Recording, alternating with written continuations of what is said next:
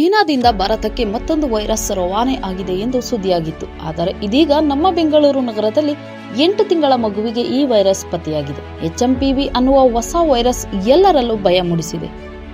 ಇದು ಕೇವಲ 3 ಗಂಟೆ ಅವಧಿಯಲ್ಲಿ ಬೆಂಗಳೂರಿನ ಮಗುವಿನಲ್ಲಿ ಪತ್ತೆಯಾಗಿದೆ. ಮೊದಲು ಮಗುವಿಗೆ ಜ್ವರ ಬಂದ ಹಿನ್ನೆಲೆ ನಗರದ ಖಾಸಗಿ ಆಸ್ಪತ್ರೆಯಲ್ಲಿ ಅಡ್ಮಿಟ್ ಮಾಡಲಾಗಿತ್ತು.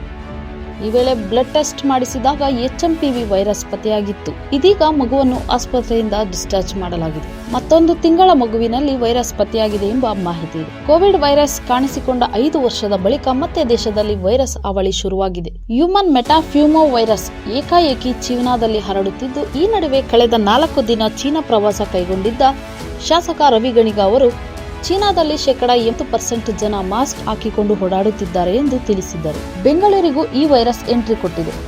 HMPV ಉಸಿರಾಟದ ವೈರಸ್ ಆಗಿದ್ದು, ಉಸಿರಾಟದ ಸೋಂಕುಗಳನ್ನು ಉಂಟು ಮಾಡುತ್ತದೆ. ವಯಸ್ಸಿನ ಮಿತಿ ಇಲ್ಲದಿದ್ದರೂ ಚಿಕ್ಕ ಮಕ್ಕಳು, ವಯಸ್ಸಾದವರು ಮತ್ತು ಇಮ್ಯುನಿಟಿ ಪವರ್ ಕಡಿಮೆ ಇರೋರಿಗೆ ಈ ಸೋಂಕು ಅಪಾಯಕಾರಿಯಾಗಿದ್ದು, ಇವರಲ್ಲಿಯೇ ಬೇಗ ಕಾಣಿಸಿಕೊಳ್ಳುತ್ತದೆ. ಇನ್ನು ಇದರ ಲಕ್ಷಣಗಳು ನೋಡುವುದಾದರೆ, ಮೊದಲಿಗೆ ಜ್ವರ ಮತ್ತು ಉಸಿರಾಟದ ಸಮಸ್ಯೆ ಕಾಣಿಸಿಕೊಳ್ಳುತ್ತದೆ. ಹೆಚ್ಚು ಕಮ್ಮಿ ಕೋವಿಡ್ನಂತಹ ರೋಗ ಲಕ್ಷಣಗಳನ್ನೇ ಇದು ಹೊಂದಿದೆ. ಕೆಮ್ಮು, ಜ್ವರ, ಮೂಗು ಕಟ್ಟಿಕೊಳ್ಳುವುದು ಮತ್ತು ಉಸಿರಾಟದ ತೊಂದರೆ ಇದರ ಸಾಮಾನ್ಯ ಲಕ್ಷಣಗಳು. ಸೋಂಕು ಹೆಚ್ಚಾದಲ್ಲಿ ವೈರಸ್ ಬ್ರಾಂಕೈಟಿಸ್ ಅಥವಾ ನ್ಯೂಮೋನಿಯಾ ಕೂಡ ಬರಬಹುದು. ವೈರಸ್ನ ಕಾಲಾವಧಿಯು ಸಾಮಾನ್ಯವಾಗಿ 3 ರಿಂದ 6 ದಿನಗಳವರೆಗೆ ಇರುತ್ತದೆ.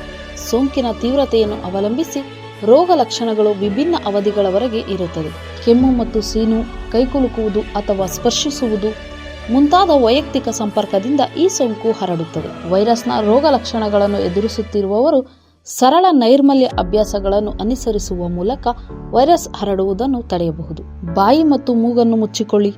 ಸೀನುವಾಗ ಅಥವಾ ಕೆಮ್ಮುವಾಗ ಕರವಸ್ತ್ರ ಬಳಸಿ. ನಿಯಮಿತವಾಗಿ ಕೈಗಳನ್ನು ತೊಳೆಯಿರಿ.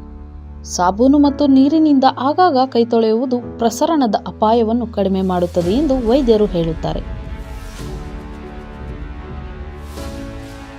ಮೆಂಡು ನ್ಯೂಸ್ ನೆಟ್ವರ್ಕ್, ಸತ್ಯದ ಕನ್ನಡಿ.